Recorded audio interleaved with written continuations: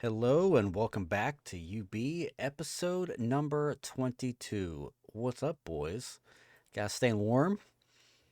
Oh yeah. Oh, it's cold. It's cold It out, Barely. is but yes. real cold. It was like a brisk 42 in Alabama. 42. Man, Everybody was freaking out about how cold it was, though. And I'm that's just like like, I don't understand. 400% higher than it was here today. So Yep. it I was haven't like woke when 11 it's above degrees. 0 in like a month. I'm enjoying a Yeah. nice summer breeze. It's Mm. lovely.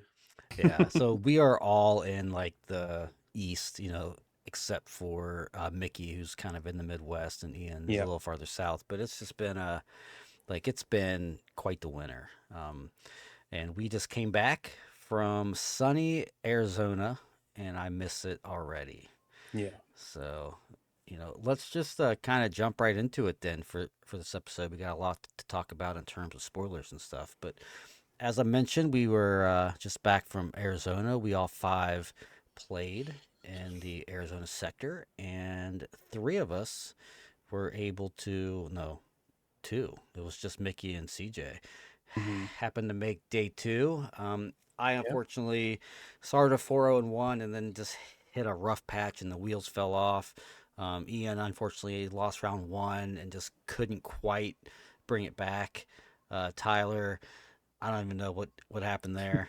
But yeah, I mean, how was your guys' experience there? Did you guys have a good time? What happened with the event? Ian, I'll start with you for this one. Do you feel like something went wrong, or do you just think you just kind of got like a bad break early on? I think I just didn't play up to my standard that I usually like to play to. Round one, I just made some dumb mistakes. Like, I wish I had just done like a warm up game before I got to the convention center, Hmm. just to like get my head in the right place or something. So it was like a very obvious line where I just got like tunnel visioned on a McClunky when I just shouldn't play the McClunky and just do the thing that I usually do. I was playing CAD for people who don't know, and yeah, it was just really dumb. I was like trying to be too cute with it, and I should have just done the obvious line, and cost me game three. And then had pretty much an auto loss versus a Kylo DV that just had the nuts both games, and then had a really close 3 game series against a Yoda, which is also not a great matchup in the last round for a winning into day two. Yeah. Um, I mean, it was super close in game three. I didn't even have a turn one play, and I almost got there. I just needed to draw like a pump spell or a devastator, um, and I could have gotten there. But all in all, it was. I think I chose the right deck for the weekend.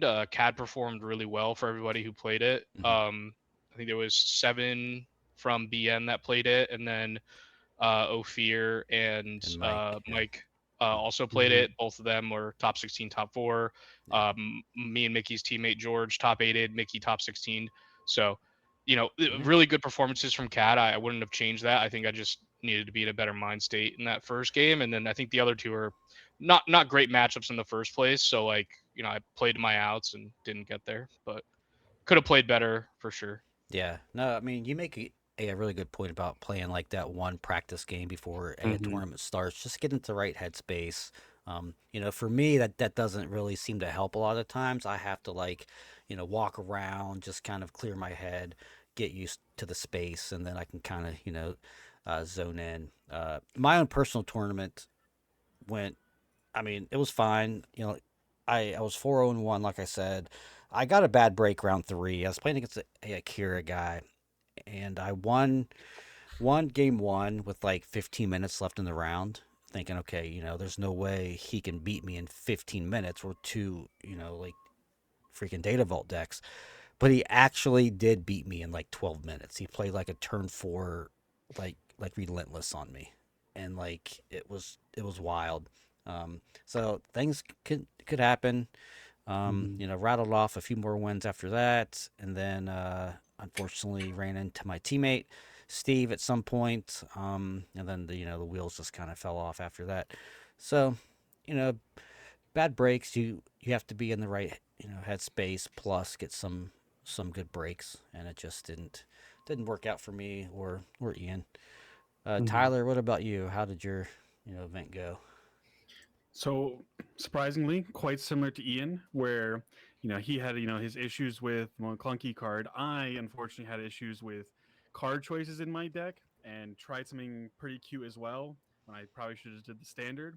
I, of course, running Anakin Data Vault, and I was running the Luke pilot, from way back in it as well, because going the 3-2 ship on one into Luke pilot, it did well in testing. It felt great. I think the I'm still not totally against the idea. I think you should just play A-Wing, the 1-3, because I had multiple games and matches where I would suit up the Luke pilot, my opponent would have the answer, and I would just insta-lose the game. And I feel like if I just played normal Anakin, the games would be a way better for me. And so it was just by far my worst performance at one of these events. And so like easy round one, meet up into like this terribly handsome guy, round two, like super close, like game three, gets this like Hantu ECL, like nobody kind of thing. And lost that one, and then it was just kind of like a downhill after that. Unfortunately, I got like knocked out by a Piet later, which is not the best matchup. So I had like three tougher ones. Yoda and Piet knocked me out, but otherwise, it was a fun event tournament wise. Yeah. CJ, what about you? Yeah, it was an okay event. It was a surreal event. I went in, I won like the closest like best of 3 into a Piet I've ever played in my entire life. It was like an unbelievable back and forth. And then I played Tyler round 2, and it was hard. Like, so like the first 2 rounds, I'm like, oh man, I just had to like use way more brain power than I'm used to having to use after 2 rounds. And then I I I had 2 losses in the first day. I did make day 2. I lost to Han Blue. I lost to a Han Blue Colossus, which was just like I don't even know how to explain it. It was just like I'm gonna put every card in my deck that like wins one specific matchup and hope I just hit all those. I don't think they day 2'd, but that felt bad. And then I lost to a Han, just a regular Han 230, where that matchup, we all know, like those who play Han 2, how awful those games are. Like, I do think ECL has an edge, but you do need to draw, right? You need to draw your edges, which is like Poe and Wrecker. If you don't draw them, it's really tough. And you do have to fight that Grogu mini game the first couple rounds. And honestly, what did stink, and it didn't really matter, I still won a lot of the games, but I didn't start Grogu turn 1 in like any games. And I mulled hard. So it was like, I was like, Deck, you got like one of these times you're gonna get me the start I'm looking for. It just didn't happen. And that happens throughout a tournament. But overall, I think I got like 29th or something. I did lose on day 2, the second round into another Han 2 blue, but it was the Force. Again, took it to game 3, like all my losses through the day, which is tough. It's tough when you get that close. It pretty much came down to a round where if I drew Wrecker or Poe, I win the game. And I put myself in that situation. I had 2 turns to draw it, and I just didn't see him. And so it's tough when you got to put yourself in this corner. I did read my opponent really well. I basically had an attack bot I could play, but I didn't want to pump it because I figured he had fell because he had passed with 4 open, and he did have the fell. He told me after, so I felt good about my decision making, but just didn't draw the out I needed. Yeah, I'm not looking forward to seeing like Hans for the rest of this meta. Like, we have like one more month, basically one more event of Han Solo, and then we can just be done with them for at least a little while, because the Han leader from set 7, which we'll talk about, is a bit uninspired. So I don't think we'll be seeing too much of that one. So, yeah, it's funny because this was the first event too where I feel like I played my deck choice. I don't think it was wrong, but I never felt overpowered, which I hate that. Like, I like playing a deck that's a little more polarizing, where some matchups you do feel just really overpowered and it's a little bit easier to win, and then some are a struggle. But I felt with the Hantu ECL, every game I was just like under the gun. I have to play this perfect or I lose, and that was tough. But overall, solid tournament. It was fun seeing everybody. yeah. I will say the event hall was really uninspiring. Like, that was very, like, I don't know. I felt like I was in like a Star City Games tournament from like 20 years ago in like some hotel hall. It didn't feel very Star Warsy. Yeah, It didn't feel. That's kind of a gripe that I have too. I'm kind of glad that you brought that up. Is that it feels like, I don't want to use the word cheap out because maybe that's not right, but it just for the sake of like lack of a better word, I feel like they cheaped out it was a small room. Like it was Mhm. plenty of room for everyone, but like it was still smaller than what we're used to. Like the vendors were all kind of whatever. They didn't feel like they had that much stuff. They were just there, which isn't really what we're used to. There's always one or two vendors that have like everything, but this time it felt like I was scrambling to find like just like simple prestige cards. Like you would think that that would be something that vendors would have like in droves, right? And it's just like, Mhm. I just felt like nobody wanted to be there. You know what I mean? It was just like an event that the grinders went to and the locals were there, and that's what it was. Maybe people were Yeah. tired of the meta. Maybe it was a combination of the meta plus the venue. I don't know, but like I know that Milwaukee will be better because it's in a much bigger hall. Um, so Yeah. we'll see how it goes. But I'm glad that you brought that up, CJ, because that's a No, really great point. I talked to or messaged CJ a couple of times because in chatting and stuff, and brought up a good point where like it felt like a really weird, tournament overall. I think it was mostly because of the location of the venue. Like there was definitely comparisons to Portland. You were also in like kind of like a small like hotel like ballroom stuff, except that one was really small. So the numbers didn't really matter. Like it felt like there were a lot of people because there was no space and room. It was packed. You walk out, you're on like a busy like city street. You walked out of Mesa and it was silence. I was surprised the first time I walked out at like day one, and you just hear nothing when you walked out of the venue. It was crazy to me. Yeah. Yeah, yeah. It was kind of weird, but I had a good time. It was great seeing you Yes. guys, seeing everyone. But It's the best part for yeah, sure. so Yeah. we'll see. Mickey, how was your experience? Your event? Yeah, it was a pretty good tournament for me. I can't complain too much. I agree with all the like the venue felt a little bit weird and like it was a little bit small, but um I felt like I was playing my B plus game all weekend, which is like I wish I could get to that A minus A plus game more consistently, but it's good to see that my B plus game can take me as far as it did.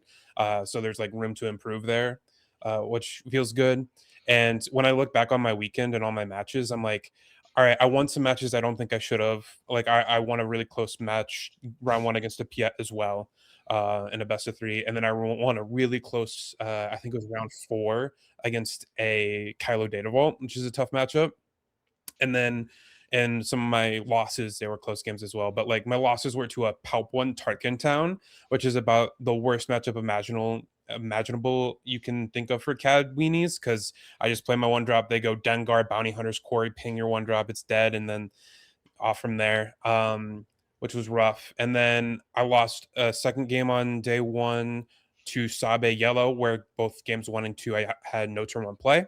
So that'll happen sometimes. You just get bad variance on draws. And then on day two, I lost to the eventual finalist on Kylo Data Vault in a really close 3-game set as well. So I look back at my losses. I'm like, maybe I could have done a little bit better, but I feel very proud of my performance. And like, those are matchups where whether it be draws or the matchup leader to leader, I feel like I'm unfavored in. And so like losing to them feels okay. And then all the other matchups, I went on and won them, especially going back to back rounds 13 and 14, two home one greens. I played into Alex and then Sunny.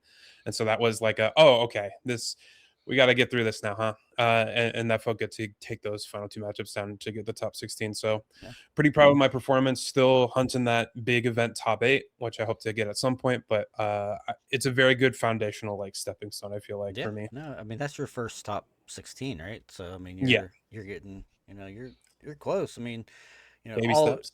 all of you guys, you've proved that you're all good enough to really get there, and it's Yeah. just, I, these events aren't easy, man. It's just well, like I'm you glad. need good breaks. Yeah, I'm glad you brought that up, John, because I do think, like, at least for me, and I'm sure it's true for everyone here, and some people listening too. It's like there's a lot of pressure, right? Mhm. Like, especially on our team, like everyone does well every time, and it's really challenging to, not that you're jealous, but it's like, man, like Ophir just like tops every event. Mike top Mhm. wins like every single event. Justin's in all these top eights, and it's like I like making day two. Like I should have been excited, and I really was just like like it was like a sigh of relief, like, oh, okay, I did the thing I'm It's like the supposed to bare do, minimum almost. bare Yeah. minimum. Now let's like go to the Yeah. next thing. Yeah. And I know how Ian's feeling because I felt that way doing Worlds and same with Tyler. It's like when you don't make it, when you're expected to do that, like it's gut wrenching. I think part of what helped me was about 2 days before the event, like, I was grinding and I felt a lot of pressure and a lot of stress, and about 2 days before the event, I kinda shifted my mentality of, like, and it goes back to what we were talking about earlier. I'm there to, like, see everybody. That's my favorite part about these events. If I owe 3 drop, cool, I have more time to spend with people, and if I do well, then I do well, and that's obviously, like, what you wanna do at these events. You don't travel, pay the $500 for a flight, hotel, whatever, to just hang out with people. There's a reason you're there. But like once I shifted my mentality to really, I'm looking forward to hanging out with my friends, that I think helped alleviate a little bit of that pressure, and I think aided in my performance. Yeah. I mean, I totally get that. Yeah. Let's real quick talk about the event. Like the decks played in the meta. So coming out of the European sector, we saw it was 8 green decks. Like I think on our last episode we kind of talked about this. There were 8 green decks. We really pointed out the lack of yellow decks, and I mean, at least I did, and I think we kind of all, like more or less agreed that yellow and CAD in particular was going to see an uptick for Arizona, and that's Hmm. exactly what happened. Is that 2 of the larger teams there. We had 2 people play CAD. You guys had what, like 8? There was a handful of other CADs around the room. It just wasn't really that surprising to see. What was surprising to me was the number of Han Yellows. Like I did not expect Han Yellow to really come out like that. I don't want to say it's like a coming out party because like this deck isn't like unknown, but uh, to see 2 in the top 8, and then Curtis, of course, was like in contention until the last few rounds. Also on Han Yellow, it's like kind of wild to see. So 2 CADs in top 8, not surprising. Han Green, again, not that surprising. Kylo Data Vault, not surprising. It's like the only thing that really surprised me was, the Han Yellows. Do you guys have any more to say about that? Do you think is kind of what you expected? Ian, what do you think? Yeah, I mean the mono Han cabal has been potent throughout the life cycle of set Yeah, one till now. Um, I have a love hate relationship with mono Han because I still feel to this day that like it's really not that great of a deck once DJ got kicked out of it. Um, but I think that there is a lot of players, and I think the ones who were playing it at this event are those players where like this is the only deck that they play, and yeah, they've been playing it for so long. And it's one of those just play what you know and profit type things. And I think the meta ended up in a spot where it was okay position because Yoda kind of took a backseat. yeah, Um, I actually think Yoda performed well day one, like it converted well. It just didn't do well day two because there was a bunch of these like Palp Yellows and Kylo DVs, um, and like Hantu ECLs that were running around and just eating up all the Yoda decks.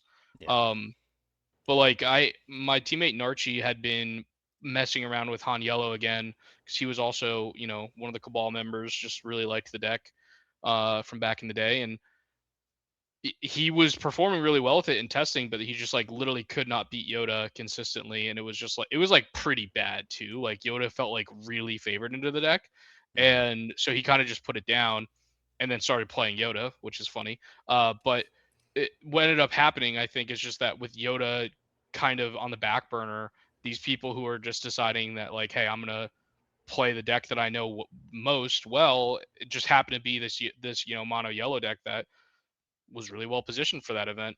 Kudos to them. Like John Morris is an amazing player. I talk to him all the time yeah, because he's in the Kentucky area, which isn't like crazy far from Alabama. So sometimes our PQ season overlaps with each other.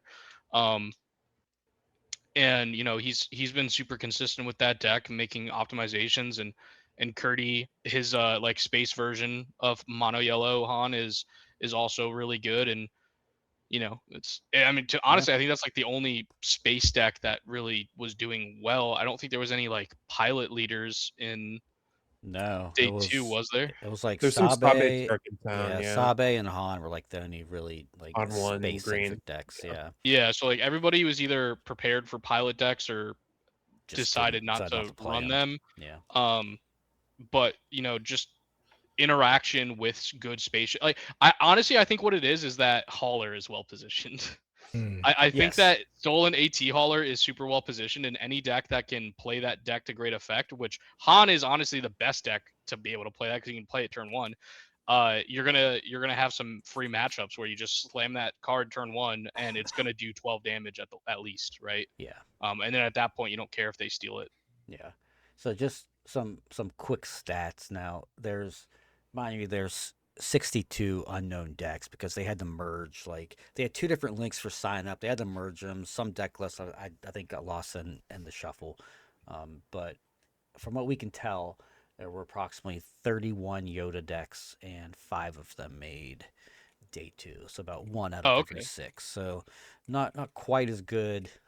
Yeah, no, that wasn't actually as good as I thought. But and then the highest placing Yoda was like 18th place. There was I don't think any in the top 16, which is kind of crazy because when they were doing the showcase awards, it was like 18th place was the highest Yoda, and I was just like, whoa, that was really surprising. Tyler, what do you think about the meta as a whole here for this event? It's funny to now look at Mesa after we played it, because on last episode when I was talking about the European event, I was like, this looks like an event that we would see in North America. A lot of standard decks, Han 2 Seal popping up. Now we get to the North American event. Of course, we see that everyone adapts, plays Cat Tarkentown, but then we have the weird, quirky decks of Han Solo coming out of the nowhere, just winning. Is kind of funny how it's kind of like flipped a little bit in the sides of NA to EU. Yeah. I'm very intrigued how this is going to continue from this point.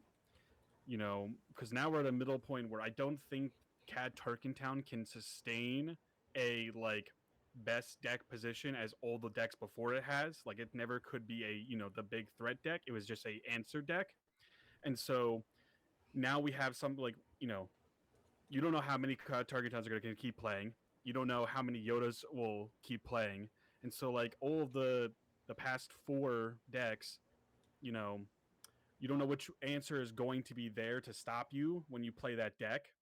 And so at least we also we'll have a bunch of people that are going to be playing limited that will only be in Premiere afterwards. Yeah, we have like one more event to really worry about, and that's Milwaukee. Of course, there's I got a PQ this weekend, man, and I don't know what the heck I'm doing. I think I'm just gonna play a fun deck, to be honest. Yeah, I mean that's how it is. I'll tell my teammates with PQs. I think people, like us in particular, for the rest of the PQ season, if we have any more, we'll probably just play whatever, right? Like it doesn't matter at this point. I'll rip up another yet. Yeah, I'm so over this, meta. Like I'm ready for rotation. I'm tired of seeing the same leaders over and over and over again. It's like, this person, innovated by adding XYZ card. That's really cool, but it's the same leaders, and it's like, I'm just so ready for it to be done. CJ, what do you think about the event meta? Yeah, I mean, to be honest, I'm not that I predicted it perfectly, but I was really close in my head. It's why I went to Hantu ECL. I had been playing Hantu 30 for months in preparation for this event. And then I knew everyone was switching to CAD, or at least I knew the BN boys were switching to CAD, and I knew a couple of our top players were switching. So I knew I couldn't play that deck if I wanted to win the tournament. I could play that deck probably to a higher placement than I did ECL to an extent, but I don't think I could have won the event, which did end up being true with how many CADs were at the top tables throughout the entire event. And that felt kind of bad because I really wanted to play that deck, but it just game 1, you just cannot beat it. It's just not physically possible. You can side some things for game 2 and 3, but man, does it feel bad. As far as the Han 1 is concerned, that's just an American thing, right? It just is. There are people who only play Han 1 green, and there are people that only play Han 1 yellow, and it's been that way forever. Yeah, and right? they're good Like, players, right? So and it's they're good just they players, did and well. like the deck allows a lot of skill expression, and you're going to win a lot of matchups. Like you have a lot of high rolly plays, which are really good. Cunning is a very high rolly card. Yeah. Right, Cunning's a really high rolly card, and like, not like personally, like, would I play that deck? No, I honestly don't have the cojones to slam a Cunning in the face of 4 open mana, although I've lost to that quite a few times. The people who do have the cojones for that, they can win for sure. Like the card, like it lets you like really outrace a lot of decks. It's really powerful. The deck is very powerful, and the players that play it are really good. So like I'm not surprised at all that it was able to take down the event. We knew Kylo DV was going to be a popular control deck, right? 2 of our players were even on it. Like I think we really knew what the lineups were going to look like at the top tables. And really, I'm not really too surprised. I'm a little surprised that a lot of people, like the movable middle of the meta, didn't shift at all. Like maybe that's just a Star Wars thing, but there were so many people playing these like Han 230 decks, like a ton of them. And I remember just sitting down and be like, did you not get the memo that like everyone shift? Like, did you not look at PQ data last week? Yeah. Like, did you not pick up that like you're getting hard countered here? Like, did you not have a ability to pivot? And Mhm. like I don't know. That makes it challenging, right? Because then when you try to pick the deck that's gonna beat those deck, like you get into that really difficult thing. You don't see that very often in games like Magic. Like when the meta shifts, it really shifts in those. And like in some of the older like Eternal formats, it's a little slower, but in Standard, it's like no, you're only gonna see these decks after rounds 1 and 2. Yeah. But in our game, people just stick to their guns. Mhm. Like I played a P at round 1 and for the last final round of my tournament to get top 32. That's Like funny. Yeah. Yeah. which is crazy. Like the one deck that kind of surprised me as far as like overall win rate and conversion rate was set 1 Palpatine. Right? There were 15 in the whole tournament and 5 of them made day 2. Like Yeah. I think 4 of that was yellow specifically. Yeah. That felt 4 like of the 5 the were next week deck. Like Uh-huh. it and Kylo felt like the next week that deck for Well, yeah, that. because Palp Yellow is good against CAD weenies because of all the Yep. pings and stuff, and then it's also good against the big control decks like Kylo DV and Yoda that beat the CAD deck. Yeah, So then- I don't think it's good against Kylo, but it is good against Okay. Yoda. Well, traditionally, like I felt like Palp is like good into control decks. I have Yeah. no idea about that specific matchup. Like They could build Kylo it. is a unique control deck, so like I don't, I won't put that out Yeah. there, but like just in general, like Palp has done traditionally well into control decks, and it just into slower decks because it just goes over the top of them, right? Like it steals their big thing and then keeps going. But then it still just like loses to the Hantu ECL decks, but it's just a matter of like how many Hantu ECL decks are gonna stay out there if they think CAD is.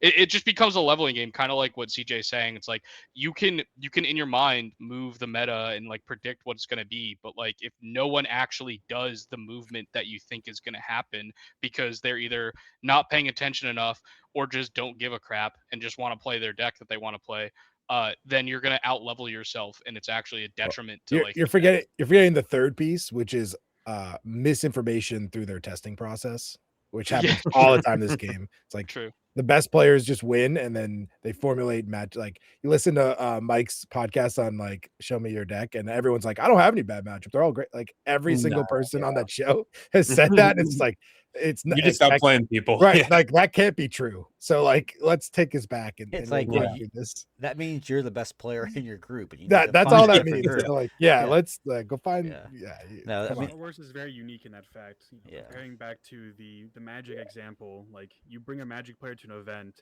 they're there to grind, they're there to play for money, and they're also most likely playing online on either arena or moto, which are super competitive things that also are there to play for money, which Star Wars doesn't really have. Carabast is great and all, everyone can play, but there's no incentive to play a meta deck on Carabast. We don't even have the stats of people really playing on Carabast unless they sign up for the I have no idea what Carabast is. I don't know what Tyler is even talking about right now. Any make-believe Magic online, site that you play games, okay? No, it's The other thing that's funny Zeb too is with blushing. Magic comparison is like you give a Magic player a deck and you say it has a 56% win rate, and they're like, "Oh, it's the best." Oh, deck this is in the world." this is Oh, insane. this is the best. Yeah, this is insane. yeah. No, And I get how many sideboard cards? What? but They're taking this down. like this is a Mhm. whole topic for like another show. It's just like like testing bias and how to limit your own testing bias, and things like that. It's actually a Yeah. really very good topic. I mean, it's something we work through. I don't know about your guys's, but like it's something like it's constantly got to work on testing bias all the Yeah, time and like it's funny reevaluating because how like you test. we'll have like George play a deck into you, and then have someone else play a deck into you, and just like the first two turns are just completely different, even though they're playing like a card. They'll have the same opening hand, and they'll just play it Yeah. completely different, Yeah, and it's just like the we most have wild like a thing. we have a much smaller team, obviously. So like when it's just like maybe six of us playing at a time, it's a lot easier to avoid a lot of like that playing it like a deck differently. So maybe some like we'll have like a match going on and we'll be watching. It's like, okay, here's how you play the first few turns, and then we all just play the first few turns the same way, like at that point. Hmm. So I think it's George is just an enigma of his right, own. yeah, yeah, That guy passes more than any person I've ever met. yeah. He's an No, insane that makes person. I sense. love Yeah. it. So, Hmm. sorry, I kind of skipped Mickey in the whole meta conversation. But do you have any thoughts on that, Mickey? The real quick, I'll add 2 quick points. The biggest surprise to me, and it's not even that big of a surprise, is that Vader Pilot was the sixth most represented deck. But I figured there was going to be some sort of curveball, and Doesn't also surprise. it converted 0%. So Hmm. like No it's Zero. one is surprised by that. 0%, zero Vader's mid day two. So Love that. Nice. it had like a 45% win rate, Well, and there's how many Boba data vaults? surprisingly low. Piet kind of took it over. Boba Data Vault, there was 3 copies. So we're getting Hey, to him a little bit. yeah. We're doing God's work. I do want to pour one out real quick for my game one opponent in game 3, where I had to slam a General's Blade on my OB1 Kenobi into his invisible hand that got to not only play but activate twice and miss on all 3 For Oh, the to killing Dark the Pro blade. droid. Yeah. Yeah, so gotta Ouch. pour one out there. Like you talking Yeah. about deck failing you. Oh boy, Yeah. Hey, Hey, sometimes you got to be lucky. I was exactly. ready And to scoop him up. I was like, oh, Exactly. okay. Yeah. So, and then one last quick point about CAD specifically.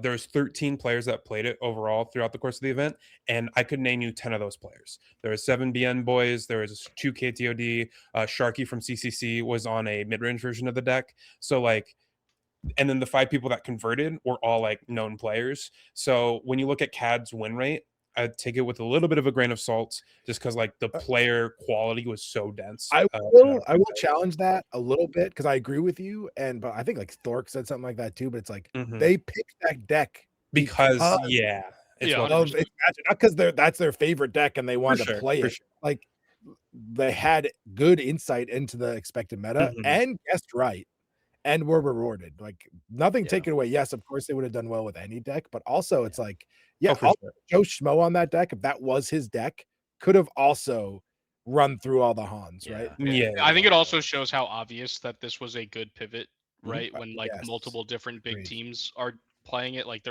we don't test with each other, and Right. like we didn't come on the last episode before AZ and was like, "Hey guys, we're all playing CAD," but it was like Mhm. pretty obvious that this was like the next step in the meta. Yeah. No, Mhm. like I do want to shout out like my own teammates real quick, not to turn it into that, but like one thing that we do very well is predict the meta. Like almost every event to a fraction of a percentage, we can tell you what the meta will look like, and that really Mhm. contributes a lot to our success overall, is being able, you know, to do that.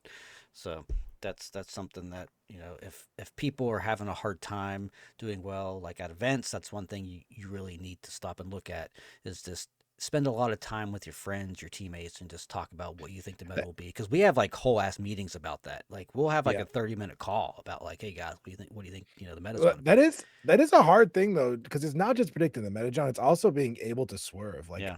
I'll be Mhm. real with you. I would not have been able to swerve to CAD. Yeah. Like I don't have the reps on CAD, and Yeah. whether it was the right decision or not, like man, I would have been thrown away. I couldn't get myself to throw away the months of testing I had done. Like I Yeah. couldn't mentally do it. But like Ophir is like, oh, what are we playing? Okay, yeah, that makes sense. Yeah. Let me I look mean, at this Yeah. it. Dude. No. is this is Yeah. going back to Worlds. Like I had the similar thing when Kylo Argentile was being played. I was like, but I think Quinlan's also well positioned, and I don't want to throw away these 6 months of reps. So Yeah. it's tough. Yeah. It's a It's fine hard. line to walk. Yep. So Before we cut away, yeah. Go I ahead. want to speak one thing to the audience. I'm going to sit here and play devil's advocate on all this meta talk. All we're going to sit here and say, meta's boring, meta's dead, meta's dry, right? there's one individual that we all know, we all love, who absolutely refuses to fucking play anything that's even close to meta. All right. I want to shout out, a Bothan player, Crispy, Yeah. playing the most fucking random thing possible. A Kylo security complex deck, goes 8-4, literally only in day 2 like gets all his losses, like just loses to a bunch of like Han 2s. There are ways out there, I do believe, to break the meta, to play things that aren't as the ones described. It's just there's so much risk in doing it, and there's no easy way to test them. But for the last, we're so close to rotation. Who cares? Go to your next PQ. Go to Milwaukee. Build some random pile. Put some faith in it. Get a little bit of testing. Well, you can't call his deck a random pile. I would say it's a random pile. No, his choices were 100% like it's a viable to the meta that was. It is a great deck, and he did amazingly well with it, and that's why I'm saying it proves the point that you can find things outside. But it is definitely a lot of these cards you've never seen in the meta before. Yeah. He's literally playing cards from the starter deck that we memed about a month ago when we first saw them.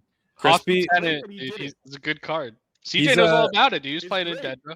I love that. That's why I'm saying it's not a pile. These are like known. Yeah, CJ has been known to play random like security complex piles. I mean, even at Denver, he played Poe security complex. Like I would have gotten away with it too if everyone didn't switch to the stupid 30 HP Django. Yeah. But I was like, played That's 3 of those. funny. I'm like, give me the Tarkin town. I built this for that. So moving on, we did have a conversation on Discord, and we wanted to at least bring it up here for more discussion about the point breakdown.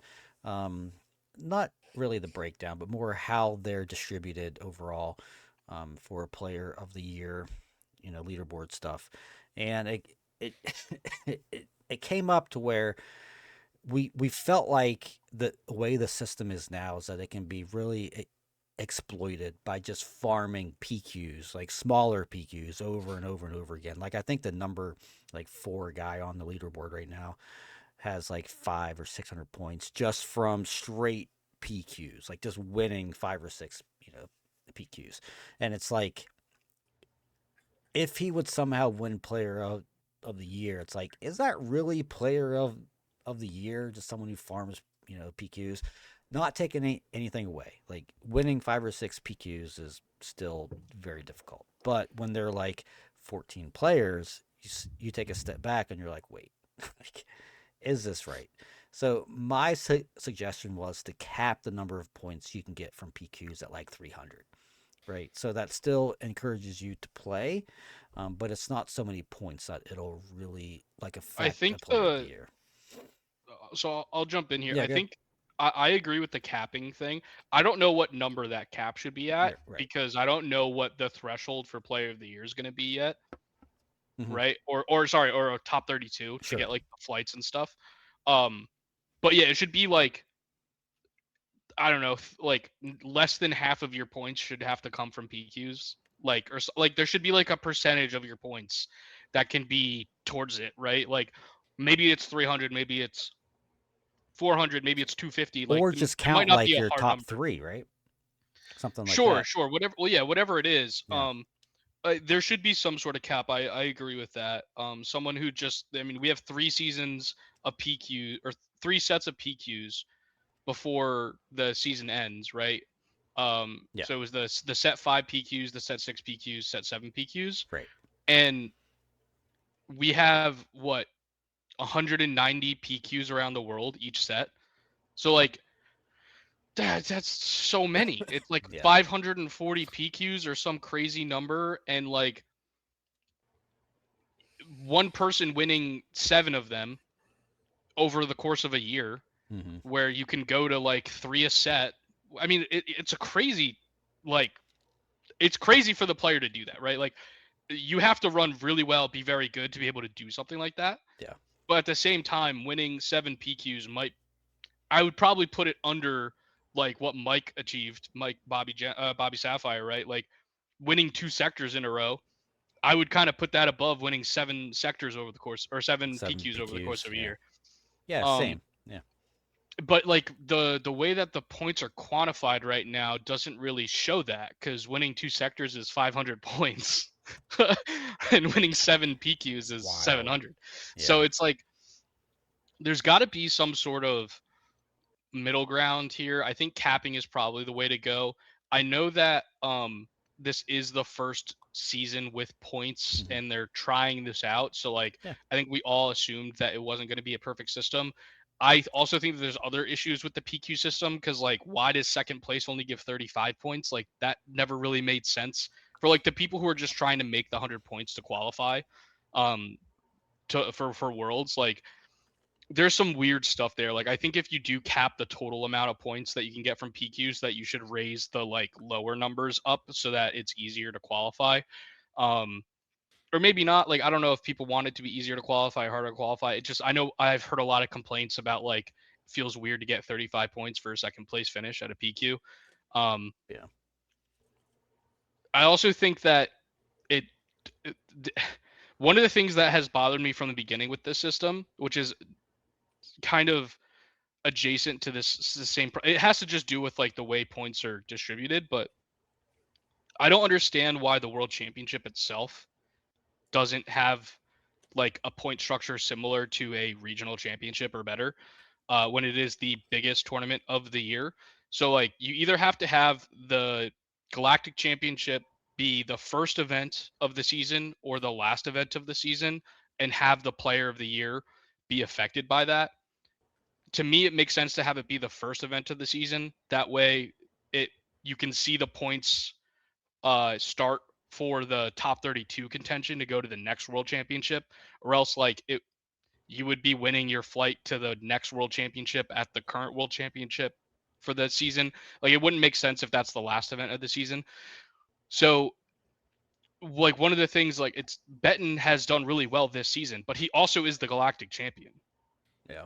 And it's weird that he's not number one on the leaderboard, in my opinion. Like if you look at it from a holistic point of view, like Mike Gem winning 2 sectors, insano, and then top 16 this last one, insano, but winning the world championship and then getting a top 8 at a sector and like a bunch of top 16s and stuff, equally insano performance, right? So like it's weird to me that he got 100 points for that and not like 400 points.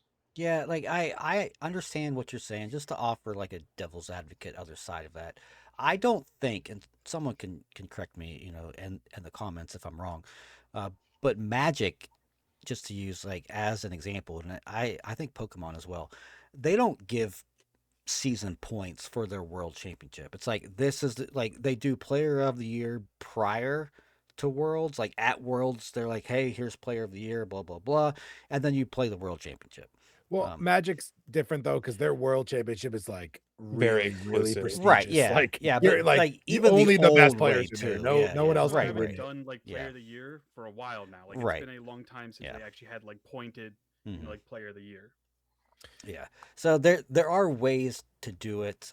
I personally don't think that worlds should be like a point event. I think it should just be like here's the season end tournament, play for whatever the prizes are, But have a then they world shouldn't have given champion. us like the top 16 Right. 100 points The to begin only with. like they did that because that's the only way that they could like Auto qual. auto Yeah, No, qualify they someone. just should just handshake, give an put them in a invite. Yeah. spreadsheet. Like Right. I I what do understand you what you're mean? saying. I mean, I'm on your side, but for That's their, like a you know, toddler's version of this is the yes, only way we could figure out how to do right. this. it's I agree, I guess we have but to give them that's all the minimum amount of points in that this system was we just their made up. explanation. That's what they did. Like I'm on your side here. I get it. They should just bookmark it somewhere.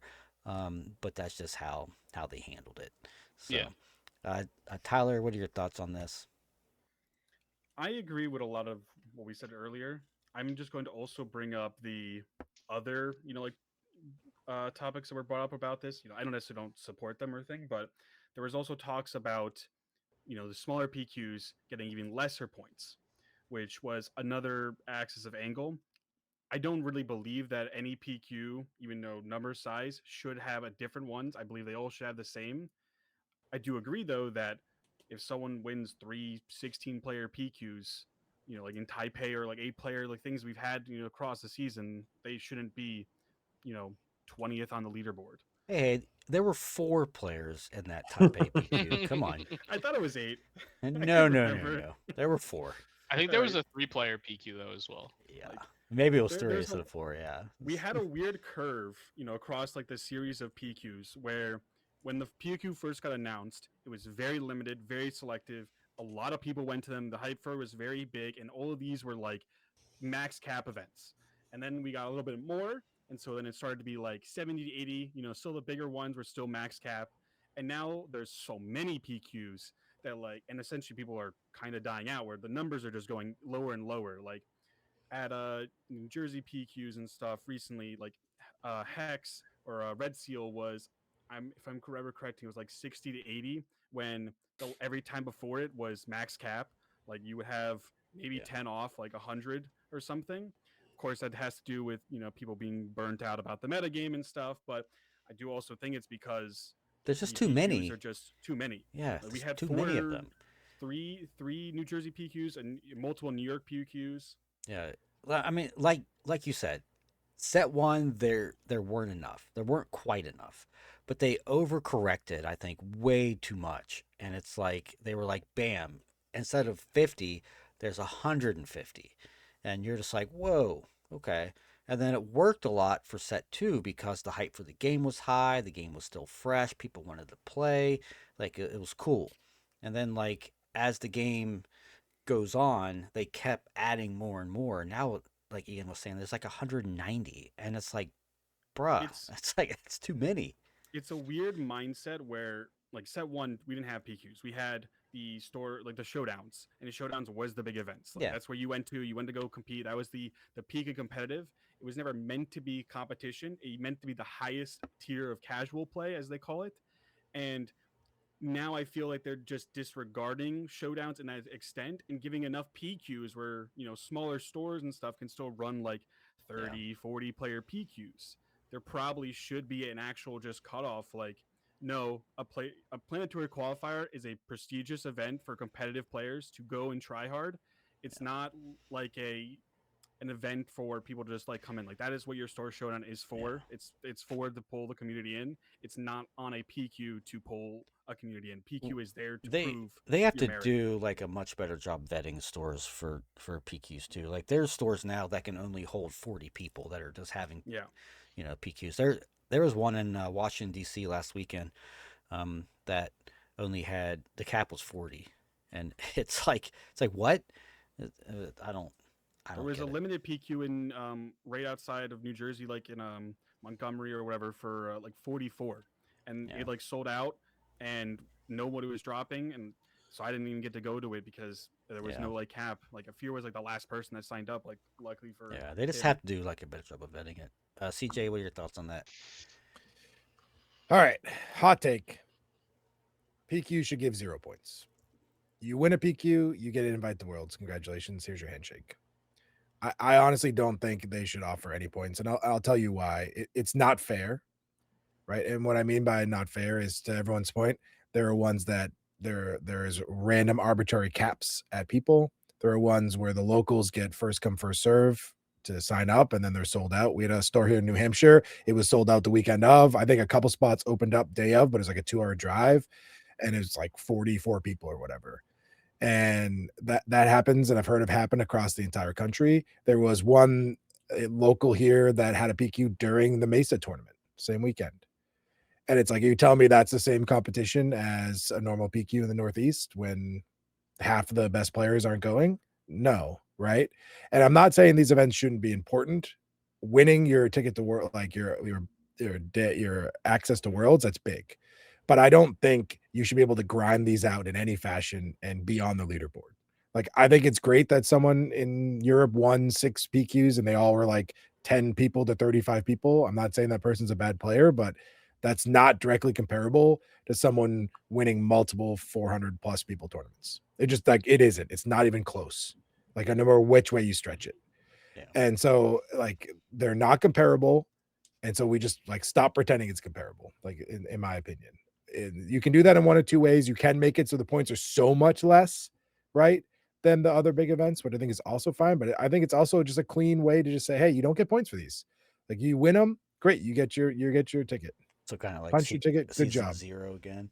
Yeah, I mean, like that's Flesh and Blood does a similar thing. They don't Yeah. have points for some of their events. Like you win it, you get you're in. Mhm. And then if you want to keep going for the other prizes, cool. You pass it down to the person that you'd play in the finals. I mean, Flesh and Blood has that's some interesting other way to weird do it. stuff though too, with like an elo system. Yeah, and, they have like, an elo they system do. and stuff. Yeah. Yeah, like there's a lot of pros and cons to it. I'm just saying, like, I think we got to stop pretending that PQs are equal in competition because they're not. You They know, just aren't. like hearing all these points, I think to me, like the easiest way to solve this is just do what Pokemon does. Like, here's the events, like the lowest tier, like PQs, you can only count your top 3 finishes, and everything else counts for max points.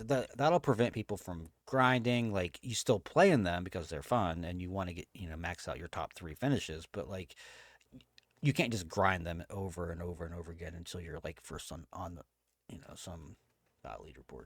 I don't know. I do Mickey, think what are that your if you thoughts? have just real quick, if you Sure. have a minimum requirement of like, or not minimum requirement, if you allow some amount of PQs to count, it then incentivizes the good players to go to those events, which like I think is healthy for the community overall. Not that like I want like all of the best players to go grind showdowns or whatever, right? Like that can Right. stay for like the more localized community, the less 100% competitive people. But like having PQ, like if PQs don't count at all and good players know that they can earn their world's qualification through just playing in majors alone, like they might not play in any PQs at all, which might just drop attendance for those events arbitrarily. Like Yeah, I I'd mean, rather have a possibly. reason to go to those PQs. I just don't think people should drive more than 4 hours to these events. And Yeah. some people feel like they have to. Yeah. And like that's not what they're like. I agree with you. Like you would put an onus to go to your local ones, but like I can't even go to the local ones right now, so it doesn't even matter. So it's like Yeah, true. Yeah. Mickey, go ahead. I think so. I kind of am, I think, alone on an island, and I am extremely biased, I think, in this because a lot of my points have come from PQs. I spiked 3 in one set and got very lucky there. And so, like, it obviously helps me to have PQs count for points.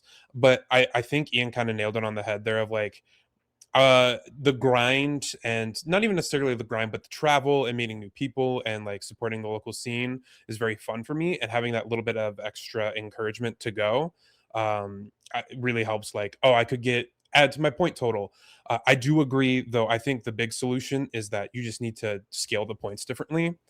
Like, make regionals worth 800 or 1,000 points for a win and sectors worth 400 or something, and so that way it's like it's scaled properly in size of like, is 5 PQ wins worth a sector win? At that point, it starts to get a little hazy, and I'm like, okay, maybe that's the level it should be at.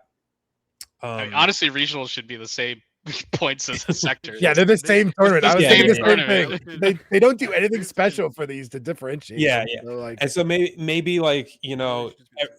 everything scales up to 500 points for the big events, and it's 100 points for PQ, something like that. Like, I think the system is okay, and I enjoy, maybe like it gets weird with player count numbers because that is the kind of thorn in the side of this, is like not every PQ is equal, but also you don't want to be like, all right, you have to have minimum 64 in your PQ for it to count for points, because that feels bad as well on the other end of things. So it's a tricky situation, but if you do cap it, I think I would want it to be like a higher cap number. Like, maybe again, going back to the 500 point scaling, it's like, all right, you can get 500 points for a sector win, and you can win 500 points at PQs, and maybe that's where the scale is. Because like, for people who can't afford to travel to these big events necessarily, but still want to grind, like there's some players out there that are that way, being able to grind enough points, not for player of the year, but just to like squeak into top 32 of the leaderboard and get that free flight and hotel, could be like make or break for them. I don't think And that they setting should that goal. be. I don't think they even should be in that remote- consideration. Yeah, they shouldn't be in the consideration Right. if you go to 0 major tournaments for And the you're not a entire top year 32 player. and Yeah. you only played in PQs, you should not be considered. Like, you shouldn't even be allowed to be on the leaderboard. No, but like if they can afford to go to like one big event per set, or maybe 1 or 2 big events for the year, and they do well at those, like top 16. Yeah, one, then and we're maybe talking top something 10. different. But in the context of like, you could not go to any of the major events and still be top 32. Sure. That to me probably shouldn't happen. That's a I agree little with that. excessive. I agree. Yeah, that's kind of how it is. Yeah. But yeah, I mean, guys, comment if you have like a different opinion, I always love talking about this and hearing other people's opinions. Someone who's maybe not as like try hard as us. It's just we play for these points, so we just want it to be maybe a little more like balanced, I guess. Mhm. So just always curious about hearing differing views on that. We are running short on time, so we're going to cut the last topic of the design and talk about it on it probably next show. But let's talk about spoilers here for the last 10 minutes or so, guys. This set to me, and I know that we've talked Oh, it's about it hot. too, It's is hot. fire. Like it has Mhm. been incredible so far. It's been the most interesting set by a mile. Like it even for me, it surpasses set one in terms of like really interesting cards. The way that they're kind of like designing this set. We've been asking them to push like the limits, redraw the lines for 7 sets, 6 sets, and like they're finally doing it. And it's like I'm pumped to start building decks. I think they're still falling short on leaders, but like I digress. Like the overall card so far, all the spoilers, we have like not even half the set yet. It Mhm. it's been awesome. Ian, what do you think, man? I mean, this is my Guilds of Ravnica, baby. Like, it's so hype. Like, to me, this seems like it's such a foundational set that's going to be, like, we're going to be talking about this set for a long time, I think, for this game, because it just seems like they really want to give the players, like, this it's not necessarily like a puzzle, but it's like here's what we expect these color combinations to do. Now go out and like try to figure out if that's actually what you're gonna do with them, or are you gonna then also do some crazy stuff that we allowed you to do by like splashing these crazy off color cards for no cost because of this base that you have, or are you gonna play a leader that lets you play these off color cards, and then these off color cards are gonna have an extra impact because they're off color, like all of this crazy stuff and like breaking the color pie in that scenario and allowing you to play with multiple aspects. It's both fun and the cards seem good.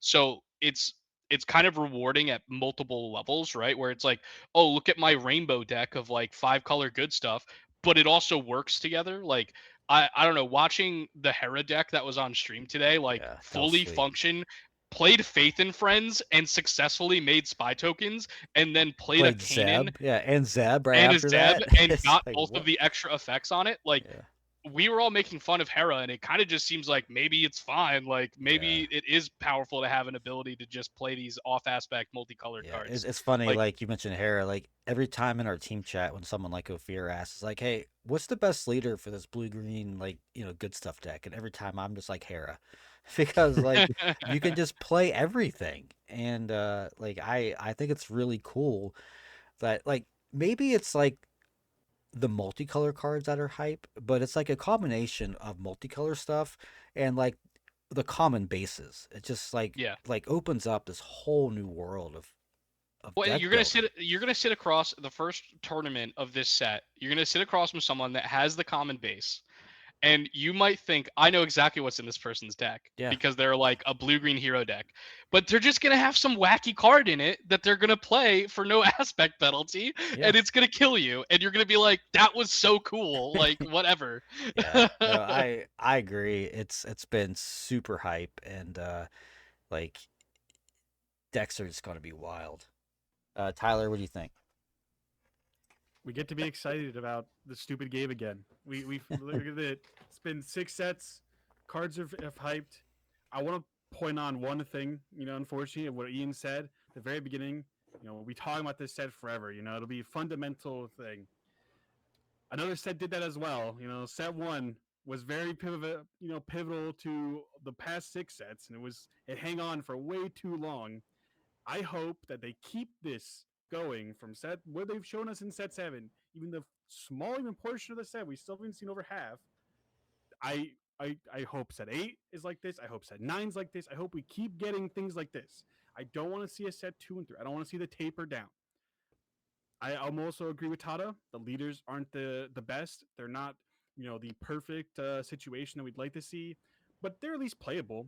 There's some like we said, Yeah. Vera, they're interesting. Like So there are stuff. so my issue is I don't think they're bad per se. I just think that they're rehashes of the same stuff over and Yeah. over again. Like there's nothing like The new. cards are unique and interesting and push the the play space, but the leaders have not. There are some things like I will say Krennic is very interesting and new. The Krennic that Jack showed on stream as well was, of course, the combo was very funny, cool, haha, but it was also very different, I want to say, to how other ramp decks have played in the game. Like there's a big cost to playing these ramp cards. There's big cost to playing the freaking Max Rebo to do the stupid haha double regroup things. Dude, We're I'd gonna love that see card it. so It's much. going to be there. It's a cool and fun thing to see, which is great. I love that the cards are strong, they're interesting, they're fun to play around. I would have loved though for some of these other cards that are also great and cool to have just been some rares and legendaries, because it's so funny how the uncommons still have fucking incredible cards. Yeah, it does feel like the uncommons are still the best cards. Now there are some legends that that I They're think way better. are way better. Yeah, and like like the leaders in terms of playability, I think are better. Overall. Even if they're kind of uninspiring and like overall design, but they are powerful. The cards we've seen are powerful. Like the legendaries seem better. Like it seems like wins all around so far. So and we still have half the legendaries. We have 8 leaders left. It's like still a lot to see. CJ, what do you think? Well, I got my boy Sabulba right here. If everyone's going to see. Sabulba spoiled today. Yep. Sabulba was spoiled today. Great news about Sabulba. He had 5 health. We're finally have gotten over the fear they've had since they printed Sabine, and they had Dedra last set, I guess, but of like, hey, if we have an aggro leader that deploys in floor, they better die to every removal spell. So let's make sure they have 4 health. Finally, we are getting over that, which is great. And we don't even have open fire now. I know. Thank God we have red, yellow villainy again. We have Yeah. villainy cards to Yes. the aggro again. We're doing it. We're doing it. I'm putting Darth Vader on his pod. We're pod racing, baby. Let's go. But like something that I'm really excited about, and I've noticed this as I've looked at these, and I know, John, you said the leaders are a little uninspiring, but I honestly think there's more importance now with the leaders because of the dual color cards. Yeah. And what I mean by that is like, because of how you have to think about your actual deck building, it's like, man, these red, yellow villainy cards are so good. What are my options? Right. And now you're looking at all of them. Okay, who can play this? Who does this? And then you're like, whoa, but if I want to do these cards, I also need to play with Sabulba, right? Because he does the best with these, or I need to play Vader because he does this with this. Like, I think that's a great space to be in. It feels way better than, okay, I want to play green cards. Who makes my green cards cost less? Okay, I have this Han or that Han. Which one do I pick? Or right. like, I'm trying to play control. Here are my 3 leaders that aren't green, right? Like whatever you're trying to do. It's just like, I'm excited for it. I do think it's kind of hard right now, and I've said this on in our own team chat a lot lately, is we don't know how these games are going to play out. And what I mean by that is we have in this our mind like, oh, we still have super laser blast, but no, we don't. It's blue and red, and there is no ramp, and there is no card, there's no bridge cards to get you to that, right? There's no ramp in those colors, there's no OB in those colors, there's no power of the dark side, there's no card that's going to bridge the gap to like a million resources, right? Like you're going to be dead by the time you're able to play that. So like what else is coming that can bridge that? Or is that the card that we're trying to splash? Credit tokens are not color fixing, they're ramp, right? So like those do not fix your colors. You're still paying an aspect penalty unless you have the base, right? And even the base is only 1 time a game. So like there's all these things like, that just we have to to reimagine how these touch are on gonna that play. real quick. And I had this conversation with Ophir too. Is that like, yes, that base is once per game, but like, sure. So the very first time you play your splash card or cards, like the Super Laser Blast, for example, it costs 8, right? But the second time it'll cost 10. But like by that time, if you need like a second You might one, have the resources now. yeah, like who cares? Because we have 10 resources. And it's just so like that's why I think the splash base is so good, is because like it doesn't matter how many cards you splash. Like the first one is but you- always like on But rate. but here's the thing on that too. You might never get it. You might never draw it. True, yeah. Mhm. But like, Like, you know, there's a lot. I'm how just saying many there's a lot of splash cards do you play, right? And That's the that's real the thing, question. is figuring out how yeah, many Right. splash like cards. is it just 3? Do you play 5? Do you And- dare and, play 6 or 7? Hey, I mean, that's you all know. cool. You have 6 less health than the control decks did last And set. that's the big thing. And I Like- knew that you would bring that up. Is like That's a lot less health. You Data wanna, all the vault. control decks like were on your Data data vault's Vault. gone. You're not even playing Yeah. 30 against me. So like, now, let's go. now you're on right? 27 They're instead gonna of play Lake 33. Country. You So, could play Lake Country, I guess. Like, Yeah. but then you can't. You don't have the You don't common get the base tricolor splash. That's what we're card. saying. Get none like, of it. You get none of it. So it's like, we just don't know how these are going to play out. Yeah. I've known since set 1, we all have, how these games are going to play out. Right. This is why I think Callus is going to be the control leader, because he gets to splash all these cards for splash literally everything just for one, just one. Yeah. one penalty. Yeah, it's Its definitely effects getting possible. better and better. Mhm. It's definitely I just possible. want our spoiler card, but he's not really our spoiler Well, our card. bunny, Like, the bunny he's our card's gonna, buddy spoiler. come on, that card bunny to card's begin. gonna be legit. The bunny Like, is sick. we're all playing Simic. Let's be real. These Simic cards have been nuts. Blue green is Although- crazy. And like it's hilarious. Like, you know, CJ talked about we don't know how games are going to play out, and we don't yet. But just today, like Ophir, you know, he's already sharing screenshots of his games in Kara, and it's like, bruh, we're on like day -10 of like Yeah. what this is going to look like, and he's just like, I got yeah, the I same just. teammates that are also going crazy. Yeah, it's like I'm excited to play, but this man, like, this is Yeah. why he tops every event, because all he does is like, here's this, you know, situation. What would you Mhm. do? So anyway, go ahead, I Mickey. am one thing I am a little before Mickey goes. Sorry, one thing I am still a little bit afraid of. There are still some very powerful cards, like specific, like by themselves, very powerful things that are not rotating. Like Jedi Consular is still a card, and we're like, let's not forget, like that's still busted, right? But it is. Anakin is still a card, and in fact is getting even more powerful, Mhm. right? Yeah, Aggressive multiple. negotiation is still a card. Again, is getting even more powerful. Like I'm just worried, right? I'm not saying that's gonna be the case. I really hope that I'm not playing the same stuff. What I'm do you hoping out of think, my Mind Ray? Palace. Where's the checkup on the Mind Palace? How are we feeling? I'm Are we feeling anywhere I feel closer? a little Do bit you better, think we but I'm have someone still that could beat it? I'm still in this weird spot where it's like, and this happened in our team chat. Fear is like, man, nothing can even kill Holler, and it's like Every time Shatterpoint, and it's like No disintegrations. like these cards were just like, oh, these are really great. Oh, I'm already, yeah, okay, that's in those old decks. Like every I- time something like this happens, I always envision the Indiana Jones gif of the guy spinning the sword and then he just pulls out the gun and shoots him. That's like Kazuda, Yes. just punching you in the face and killing you. on turn exactly. He 4. trench runs you, and it's like, okay, well, I had less health because I wanted to splash this 9-cost Yeah. removal spell. Like, okay. Yeah, that's the scary part. In terms of like how I'm thinking about the set, I really like the design philosophy it seems for the set, because one of my biggest frustrations with this game with the first six sets has been that like everything seems so reserved, and like there's always that little limiter on every card that's like, oh, this could be cool if or but, and everything that's been broken has been seemingly a mistake, whether that's TDR or Django or DJ or even Force Throw to some degree. And this is the first set where I look at some of the cards and they're being like, it's begging to be broken. Like you look at Max Rebo and you're like, that's one line of text on that card, and it's like begging you to break it somehow. How can you break Max Rebo? How can you break the new blue health, like the new blue base? Like, and I think credits inherently as a design, like, and resource cheating in general, kind of lend themselves to that style of gameplay and deck building. But it's like every time I load up and look at a Lando deck, it's like completely different from how I've been building decks previously. It's like, all right, so I'm planning on getting a credit on 1, so I'm going to skip my 3 and play my 4, and then how do I break like the parity with my 4 drop? And you know, you can do the same thing with Krennic, you can do the same thing with Hera, and like that's why I mentioned it to you in Discord, Tata, that like I agree some of these leaders feel a little underwhelming, but that's half of it feels like the stats. But you look at the effect of the leader and it's like, oh no, there's like you can build around this and you can try and break this.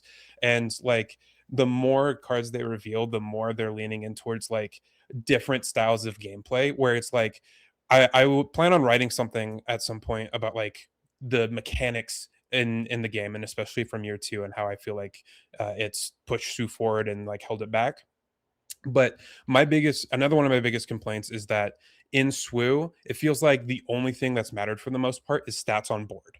And like piloting, I think, is like the worst mechanic from the last year because of that, where it's just a mechanic that adds stats to the board, and that's all the game is anyway. That's why I love Disclose. It's my favorite mechanic from the past year because it like actually adds dynamic gameplay beyond the board. And I think credits and these rare bases, they're adding like so much dynamic gameplay that doesn't just care about stats. And I No. absolutely love this for that. Yeah, that's a great point. And it's like something that I kind of want to add is that you mentioned like the walls and limiters that they've added in the past to like previous cards. Like Mhm. every single aspect card in this game is like nerfed somehow just because it's single aspect, right? Yeah. It feels like they went the opposite direction for the multicolor stuff. Is that they have pushed like the multicolored stuff They're because free to break it yeah, because like it's like they want you to play this stuff. Like it's balanced in the sense that like you have to play these colors, and like Mhm. it's Or they, you're playing 3 less health because you have yeah, a base right, that right. lets you So play they're the like card, right? pushing the boundaries, and like it's interesting when they do that. It's cool that it's not like Smuggle, where like the cards are really good Smuggle, but really awful not. It's like there's always some kind of like limiter, and it Mhm. feels like like the gloves are off now, and it's like here we go, do your worst, right? So Yeah. I wouldn't be surprised if like a year from now they've banned like 3 or 4 multicolor cards. I have no I'm okay idea, with that though. but like Like I'm totally fine with that. Yeah, like I would rather this is them fine. push the limits and ban the cards and figure out what does work than just like sit on their heels and just print Battlefield Marines till the end of time. Yeah, Well, yeah, I just hope that like the multicolored stuff isn't a set mechanic and yeah, that they just right. leave it in the past. I need sets 8 and 9 to have the same amount of multicolored cards. Yeah, even if it's not the same amount, just prove that you can repeat something. You know, Mhm. it's Yeah, like for real. You don't can leave just credits make to me it. this set, but like multi-aspect would be a great to have keep going. Yeah, Mhm. I like mean, I to do. be fair, they did do that somewhat with the double colored aspects, right? Like yeah, they would they would sprinkle in a right, couple more like exactly. double yellow, double blue cards or I am whatever. totally fine if in set 8 there's like one blue green hero card, one blue green generic card, one blue green villain card, and then and just so on for the cycle. Just give us something to prove that like, hey guys, we hear you about the repeat mechanics and stuff. Here you go. Like that's all they got to do is just prove that they're Yeah. listening and keep at it. I will say this being like the first set by the new design team, you can really see, and Yes, like I'm hoping absolutely. that this is like a launching point and not the height. Like Yeah. I think it will be like it'll only go up from Yeah, here. and just like shout out to our friends on the team. Ryan Yeah. Miles was on the show. A few months ago. We have it's they. You can tell that they had their hand. George, like he always comes up with Mhm. crazy decks on the dev team. Mhm. So like you can tell that they have a hand in this. It's awesome. I hope that future sets really show it as well. And then I think John Leo and Joe O'Neill are the Mhm. lead designers for the set, so I want to shout them out as well. Like, the set looks great so far. So yeah, that's gonna be it for this episode. I think this is one of our longest ones, honestly. But Fun talking points, yeah, man. it's been great. I've loved every minute of It's it. great when we are excited and hopeful about the game. It's not just Tyler going, Yeah, "Oh, they'll get better, guys. I swear. yeah. They'll get better. I swear." So CJ, I'm gonna go ahead and give you your 100 points for winning Hundo. your PQ. Ian, I'm gonna you get your 35, and then Tyler and Oh my Mickey god. get their 25 for their top 4. Guys, congrats. Thank you, thank you. CJ, Can we what's add a your- Chester Look at the Qualifier difference in our total? points, I'm man. Like, so this doesn't glad even that I make won sense. today. I'm so I I'm surprised I have 25 and not like 15. you're now qualified for the Underwhelming Barrage World Championships. all Oh right. god dang. These points still don't qualify me for Worlds, so don't worry. I'm still going. You got 4 more. CJ, what do you have to say to your all of your all right. fans? Hey, everybody, coming close. Coming close. I'm going to take you into my mind palace real quick. Okay. All Close your right. eyes, everybody. This is the deck. Ready? This is where we're starting. This is what I talk about all the time. It's why my teammates love me. Okay, ready? Alliance Outpost, Avar Chris. Mm-hmm. We create a force token, right? We turn it into a credit token. We play Oh. Jedi Counselor. Yeah. We claim or pass because we definitely don't have initiative. We activate Avar Chris. We activate Jedi Counselor. We use our credit. We play Rex. We win. Turn 2 This right. also worked. This also worked with Gonk Droid with a 5-drop. Thank you, Mind Palace. The Mind Palace. You're welcome. That People should are get you going to started come for up with that. all kinds of crazy stuff. Boy, we did it. I can't wait to see what you guys come up with. Comment below if you have something cool you already want to share. Until episode 23, keep it real. We will see you guys then for our pre-Milwaukee episode. Damn, we're that close. Yeah. Later, guys. So.